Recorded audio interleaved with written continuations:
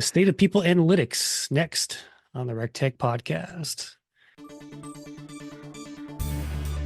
Welcome to RecTech, the podcast where recruiting and technology intersect. Each month, you'll hear from vendors shaping the recruiting world, along with recruiters who'll tell you how they use technology to hire talent. Now, here's your host, the mad scientist of online recruiting, Chris Russell. Hey again, RecTechies. Welcome to the only podcast that helps employers and recruiters connect with more candidates and technology-inspired conversations. Mastering recruitment technology is the key to hiring great talent. That's why this show exists. All right, Madeline Laurano, founder of Aptitude Research, recently partnered with HireRoad, a people analytics platform, for the latest insights on the state of people analytics and what it means for your business. She joins me now on the show to discuss. Good day, Madeline. Hey, Chris. I'm glad to be here. Thanks for inviting me on. Definitely. Look forward to the conversation today. So let's jump right in. What prompted this study between you and HireRoad here? It's interesting. I think people analytics has been a huge topic in our industry in HR tech for a few years now. I think for a lot of organizations, it feels like it's a luxury for companies that are either at the enterprise level or for companies that have a full people analytics team. So we really wanted to think about what does people analytics look like for every company? What could it look like for smaller companies that might not have a team dedicated to this function because the value of what it provides and being able to respond to questions internally, have greater insights about your workforce, is valuable to any organization of any size. So we really wanted to look at what this looks like for smaller organizations and to look at, how this kind of function is evolving. Yeah. So what was the knowledge gap in the industry that you wanted to uncover here?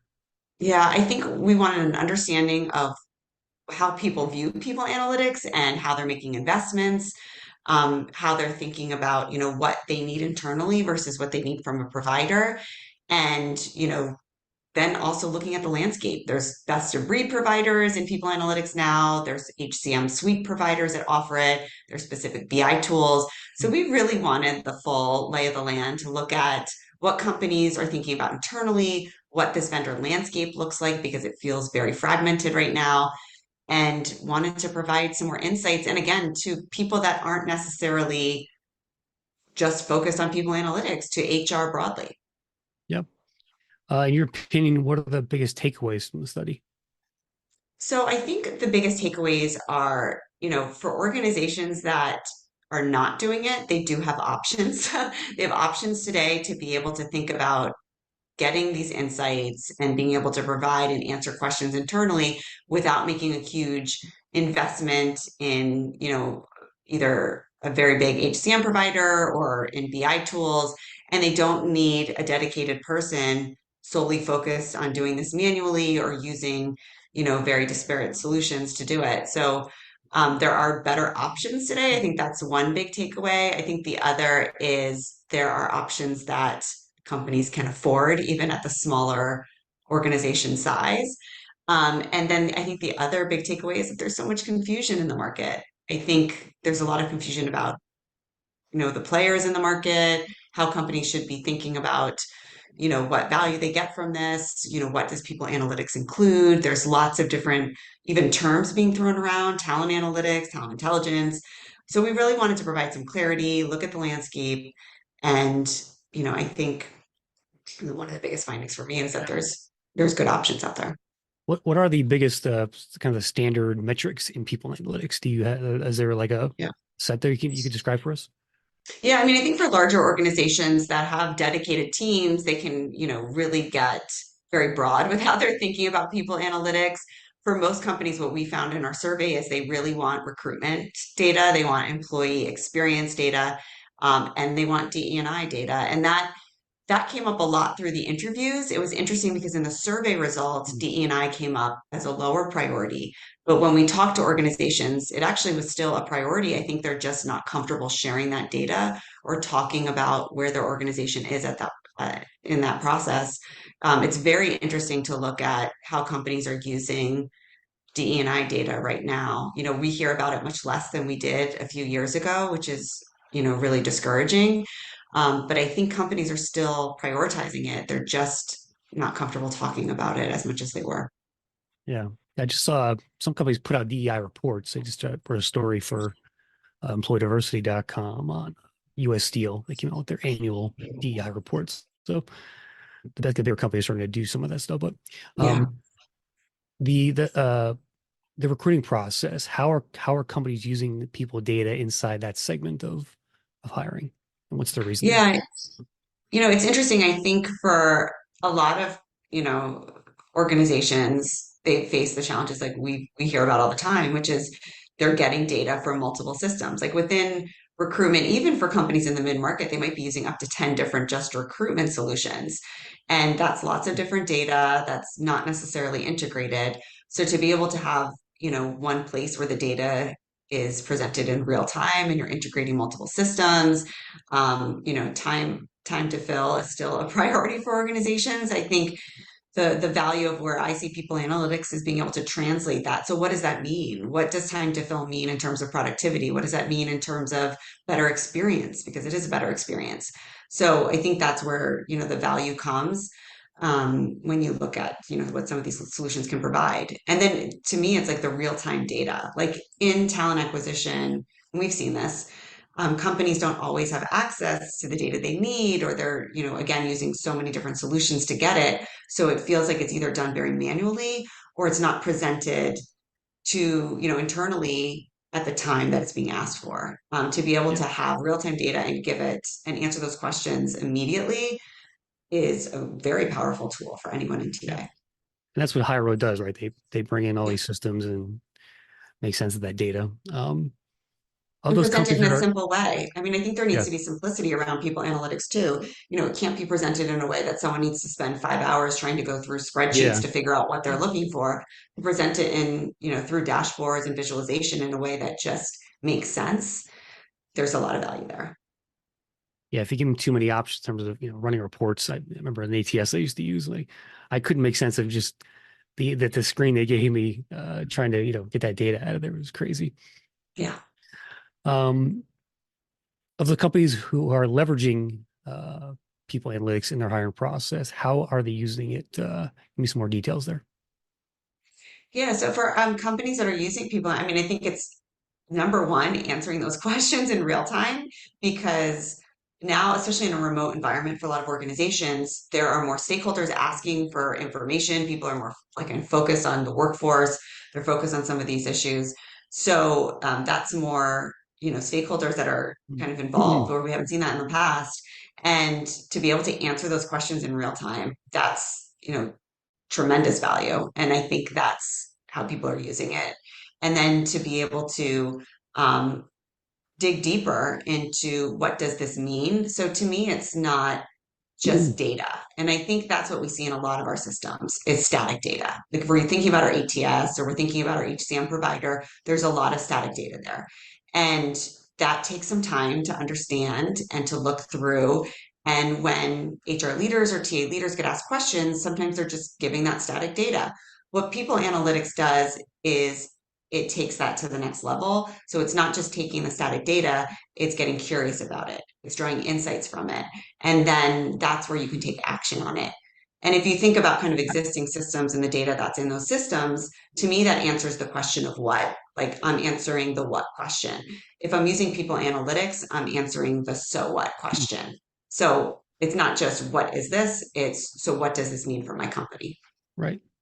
Looking for your next HR technology role? Go to your browser, type in hrtechjob.com, and browse hundreds of jobs with the best HR technology vendors. HR tech professionals finally have a dedicated job marketplace to find work or be found. Sign up for job alerts or post a resume. Discover jobs with companies like Workday, Phenom, HiBob, Deal, and more.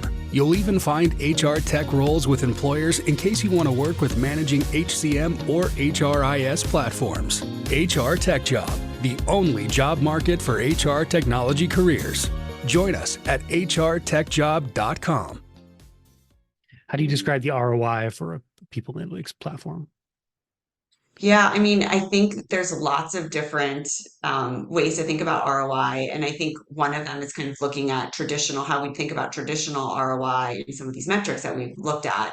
And for a company to be able to see where they're at and where they need to go, there's ROI there. Since we've been using this platform, we now have greater efficiency because of time to hire or whatever we're looking at. We have better employee experience.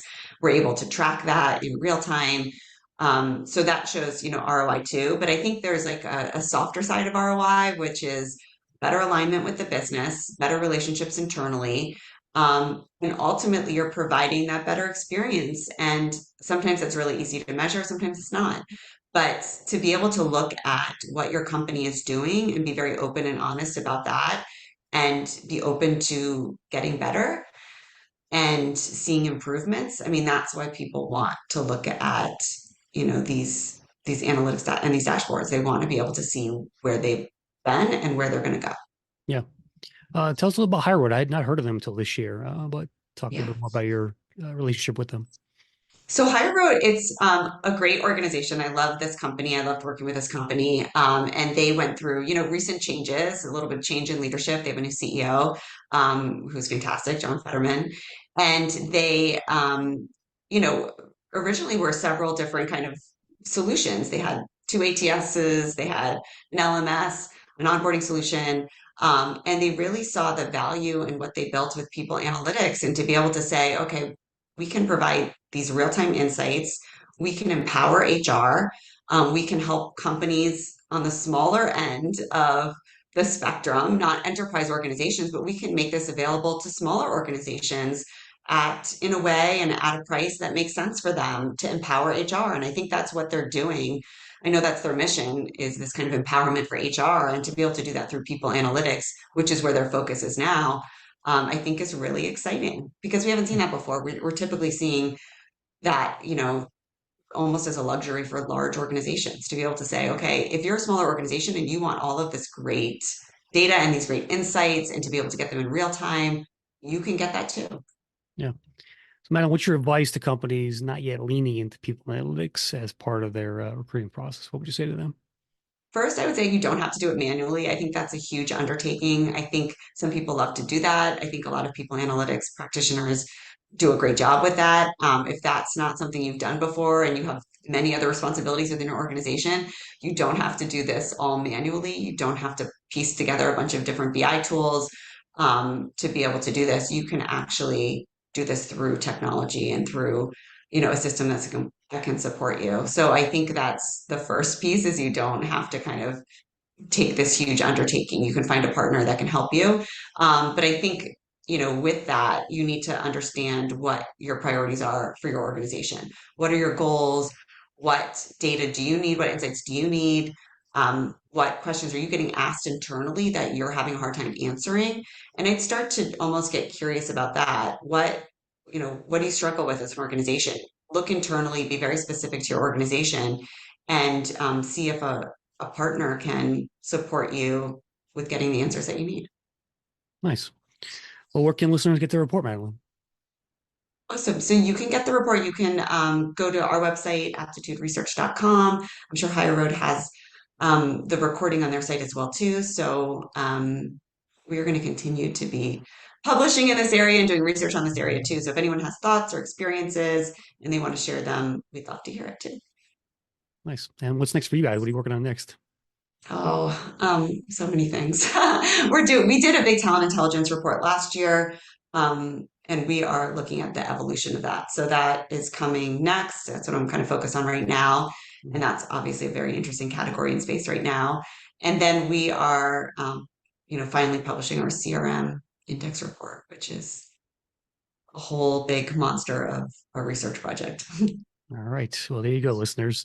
Well, Madeline, appreciate your time today. I know you have to run and head into Boston, so appreciate you catching us up here on People Analytics. So thanks very much. Thanks, Chris. That will do it for this episode of the RecTech Podcast. Be sure to follow us on the socials, Facebook, Twitter, LinkedIn, via the @RecTech Media handle. See every video, podcast, and blog we publish. Thanks for tuning in, everyone. Remember, always be recruiting.